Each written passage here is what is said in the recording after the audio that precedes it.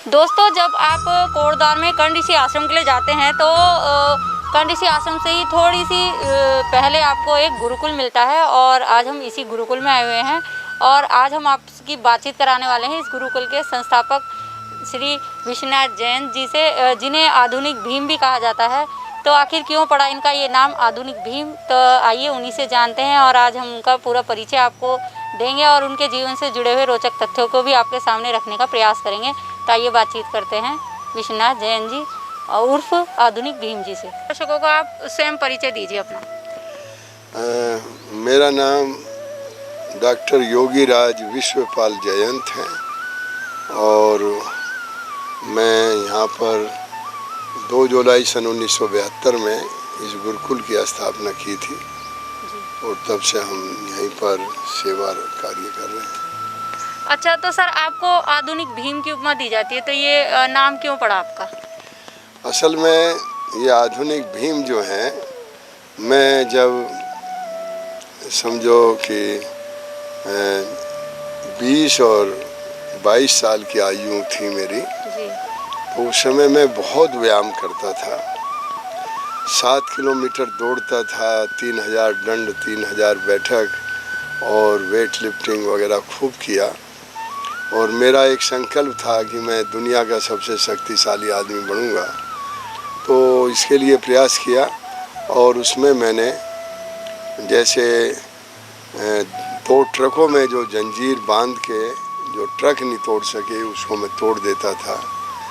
2 गाड़ियों को रोकना, छाती पर रोलर तक उतार देना, इन सब चीज़ों को देख करके उस समय वर्तमान राष्ट्रपति वीवी गिरी ने खुश हो करके हिंदुस्तान का सबसे शक्तिशाली आदमी के रूप में ये आधुनिक भीम की उपाधि मुझे प्रदान की थी। अच्छा सर, तो जैसे आप पहले आपने जैसे बताया खूब व्यायाम योग किया करते थे, तो आपका यहाँ पर गुरुकुल खोलने का कैसे विचार आया, आपने कैसे सोचा? मैं गुरुकुल महाविद्यालय गुरुकुल कांगड़ी हरिद्वार में पढ़ता था और वहाँ पर वहीं से मैं घूमने के लिए एक बार कण्व आश्रम में आया था और मुझे ये बहुत अच्छा लगा और मैंने सोचा कि कण्व आश्रम जो है ये बहुत सुंदर जगह है, यहाँ मुझे कुछ दिन रहना चाहिए। तो मैं तो यहाँ पर साधना के लिए आया था और 2 महीने मैंने साधना करने का था, लेकिन 2 महीने के बजाय 3-4 महीने मैंने यहाँ एकांत में मौन रह करके योग साधना की। उसी समय मुझे प्रेरणा हुई कि ये जगह बड़ी पवित्र है और यहाँ योग के लिए, साधना के लिए, एकांत के लिए सबसे अच्छी जगह है। तो क्यों ना यहाँ पर एक गुरुकुल की स्थापना की जाए।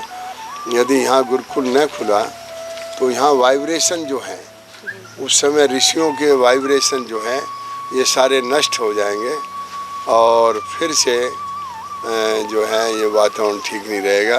तो इसी भावना को सोचते हुए 2 जुलाई सन 1972 में 2 विद्यार्थियों को लेकर के मैं जंगल में एक झोपड़ी में बैठा था। अच्छा। गुरुकुल खोला। हाँ। अच्छा सर, अभी आपने जैसे कहा कि इस जंगल में जो है ऋषियों के वाइब्रेशन आपने महसूस किए, क्या आपने महसूस किया? कुछ अनुभव बताना चाहेंगे हमें इसके बारे में? हाँ, ये तो है। जैसे मैं साधना करता था जी। तो मैंने देखा यहाँ वेदों की ध्वनि मुझे सुनाई देती थी। अच्छा। 2 बजे 3 बजे प्रातः ब्रह्म मुहूर्त में, तो ऐसा लगता था जैसे ऋषि मुनि योगी यहाँ पर वेद मंत्र उच्चारण कर रहे हैं और कई बार मुझे साक्षात कुछ ऋषियों के दर्शन भी हुए। और यहाँ पर जब मैं ध्यान करता था और बाहर कहीं ध्यान करते थे तो वहाँ पर ध्यान नहीं होता था, लेकिन यहाँ बैठते ही एकदम जो है समाधि की ओर मैं पहुँच जाता था। तो ये इसलिए मैंने अनुभव किया कि ये स्थान बहुत ही ऋषि मुनियों का है और मैंने इसका इतिहास भी पढ़ा। हजारों ऋषियों ने यहाँ साधना की। महर्षि कण्व जो थे उसके कुलपति थे और यहाँ 10,000 विद्यार्थी योगी ऋषि मुनि रहते थे। अलग अलग वेद उपनिषद शास्त्रों का यहाँ अध्ययन अध्यापन होता था। अच्छा सर, जैसे जो आजकल के युवा हैं तो हमने ये देखा है कि वो जो फिल्मी हीरो होते हैं उनकी बॉडी बिल्डिंग देख के उन्हें अपना प्रेरणा स्रोत बनाते हैं, जबकि जो पहलवान होते हैं उन्हें देखकर वो प्रेरणा नहीं लेते हैं। तो आज के युवा जिम भी ज्वाइन कर रहे हैं, काफ़ी इस ओर अग्रसर हैं, तो उनके लिए एक संदेश दीजिए आप। हाँ देखिए, जो है ना, जो आजकल जो बॉडी बिल्डर रूप में जो वैसा देखते हैं जी जी जी। वो अक्षणिक शरीर होता है, और जो हमारा दंड बैठक और योग साधना इनकी जो शरीर होता है वो सुदृढ़, सॉलिड और अस्थाई होता है, दूर तक चलने वाला होता है। तो इसलिए मैं समझता हूँ कि आदर्श तो हमारे वही रहने चाहिए जैसे राम मूर्ति हुए हैं, और बड़े बड़े यहाँ भारत में भी बड़े अच्छे अच्छे जो है रेसलर हुए हैं, उनको ही आदर्श मान के और उनको चलें। और फिर से भारत जो है, अभी हम देख रहे, अभी ओलंपिक हुए थे तो 7 मेडल पे ही हम बहुत खुश थे, लेकिन मैं समझता हूँ इतने बड़े देश के लिए 7 कुछ भी नहीं है, कम से कम 70 होने चाहिए। तो यदि हम प्रयास करें तो हो सकते हैं। अच्छा सर, तो सब तो गुरुकुल यहाँ ज्वाइन नहीं कर सकते, हर कोई जिम भी ज्वाइन नहीं कर सकता। जो युवा हैं तो एक ऐसी हल्की फुल्की सी व्यायाम बताइए जो उन्हें करने चाहिए रोज, जो कर सकता है हर व्यक्ति। हाँ देखिए, वैसे तो मैंने जब मैं विदेश में भी बहुत जाता हूँ तो विदेशों में मेरे से पूछते हैं लोग कि आपका योगा क्या है, तो वहाँ अलग अलग योग हैं, जैसे हठ योग हैं और जो है सहज योग हैं, और दूसरा अनेक योग हैं। लोगों ने तो मैं अग्नि प्रदीप्त, मतलब एक तरह से पसीना निकालना, ये भी हैं, तो कुंडलिनी योगा है। तो फिर मैंने सोचा कि जब मेरे से ज़्यादा कहने लगे तो फिर मैंने भी रिसर्च किया और मैंने एक योग पद्धति बनाई, उसका नाम रखा भीम पावर योगा।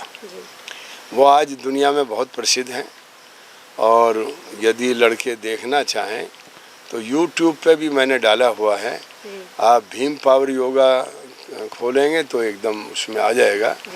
तो इसमें क्या है, हम लोगों ने प्राणायाम जो है सब लोग अच्छी तरह नहीं कर पाएंगे, जब नहीं कर पाते तो हमने कुछ एक्सरसाइज बनाई है, और एक्सरसाइज में ही प्राणायाम को आधार बना करके रखा है। तो वो बड़े सरल और वो है, और उससे जो है व्यायाम में अद्भुत शक्ति आती है। बहुत सारे लोग जो भारत के लोग ओलंपिक में विदेश जाते हैं, कई बार 1-2 हॉकी की टीम थी, वो थक जाते थे, तो मैंने उनको ट्रेनिंग दी, पावर योगा कराया। 1 हफ्ते के अंदर ही वो कहने लगे हम थकते ही नहीं। तो वो पावर योगा जो है, भीम पावर योगा, वो सब के लिए बहुत ही अच्छा है, और वो आप YouTube में देख सकते हैं। और उसको वो तो 1 घंटे की है, लेकिन आप 10 मिनट 20 मिनट जो भी चाहें वो उसमें से कर सकते हैं। अच्छा, तो भीम पावर योगा जब हम YouTube पे देखेंगे तो हमें वो चीज़ें मिल जाएंगी।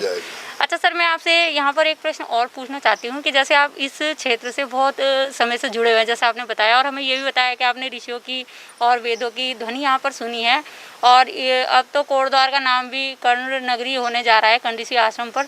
लेकिन कहा जाता है कि मालन और गंगा नदी के तट के मिलन पर ये आश्रम है, और बिजनौर क्षेत्र में भी इसके होने का दावा किया जाता है लगातार। तो इसके बारे में बताइए, कुछ ऐसा क्यों है ये दोहरापन?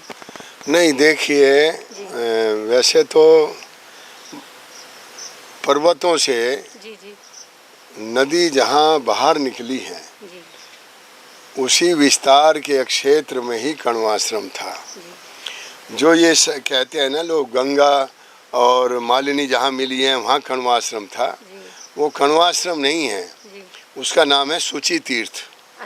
वहाँ पर शकुंतला की अंगूठी गिरी थी, और उसको जो है मछलियों ने ले लिया था, और बाद में फिर दोबारा जब शकुंतला गई और जब पहले दुष्यंत के पास गई हस्तिनापुर, तो उन्होंने अपनाने को मना कर दिया था कि पहचान बताओ, पहचान नहीं थी।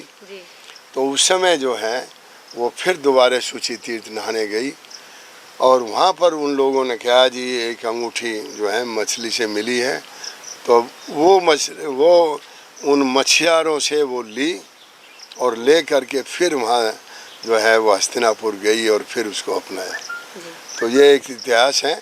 असली तो आश्रम तो यही है जो यहाँ इसका पूरा विस्तार है। और यहाँ से लेके और मैं तो पूरी यात्रा की है इसकी। ये पोखाल से नीचे एक जगह है और वहीं एक किमसेरा जगह है, वहाँ पर अब मंदिर बना हुआ है। वहाँ पर वहाँ भी गए हम और वहाँ से पूरी यात्रा मैंने पैदल की। हालांकि बहुत कष्ट रहा, रास्ता नहीं था, हाथी शेर थे, लेकिन फिर भी मेरी इच्छा थी, मैंने कहा इसको पैदल यात्रा करें। और मैंने सरकार को भी लिखा है कि कम से कम ये जो किमसेरा से लेके और यहाँ तक का रास्ता पैदल मार्ग तो बनाया जाए कम से कम, जिससे लोग आना जाना करें। जी, पूरी यात्रा कर हाँ, सकें। तो ये हमारा इतिहास सारा जो छिपा हुआ है, जैसे सोनठल धार है, शकुंतला के नाम से है, किमसेरा है, मैं अड्डा है, मैन का अड्डा था, तो ये सारे हैं। मैं तो ये पर्यटन विभाग को भी कहा है कि बजाय मंदिर संदिर यहाँ छोटे से बनाने से फ़ायदा नहीं है, बल्कि यहाँ एक जो टूरिस्ट आए उनको कम से कम 1 दिन 2 दिन का जो है एक पैक मिलना चाहिए। वो जाएं घूमने और वो देखें भाई मेनका कहाँ रहती थी, शकुंतला कहाँ रही है, कण्व ऋषि कहाँ असली शुरुआत कहाँ से हुई है, इनका सबका ये होना चाहिए और होगा और भविष्य में होगा जल्दी। अब मैं सोच रहा हूँ कि लोगों की रुचि बढ़ी है और अब कण्व आश्रम का विस्तार होगा शायद, ऐसा लगता है। तो देखिए लगातार प्रयास रहते हैं यहाँ का विकास कराने में और आधुनिक भीम जी जिन्हें कहा जाता है, तो वाकई जब ये युवा अवस्था में रहे होंगे तो इनके कारनामे ही ऐसे रहे कि स्वयं राष्ट्रपति ने इन्हें आधुनिक भीम की संज्ञा दी। आज हमने आपकी बातचीत इनसे कराई और बहुत अच्छा इन्होंने युवाओं के लिए संदेश दिया है, तो युवाओं को भी इनसे जुड़ना चाहिए। और मैं तो यही कहूँगी कि इनका जो यूट्यूब पर ऐप है उसे ज़रूर देखना चाहिए, उसे फॉलो करना चाहिए। तो अगर आज की वीडियो आपको अच्छी लगी हो तो प्लीज़ इसे लाइक कीजिएगा, शेयर कीजिएगा और हमारे चैनल को सब्सक्राइब करना ना भूलिएगा। नमस्कार।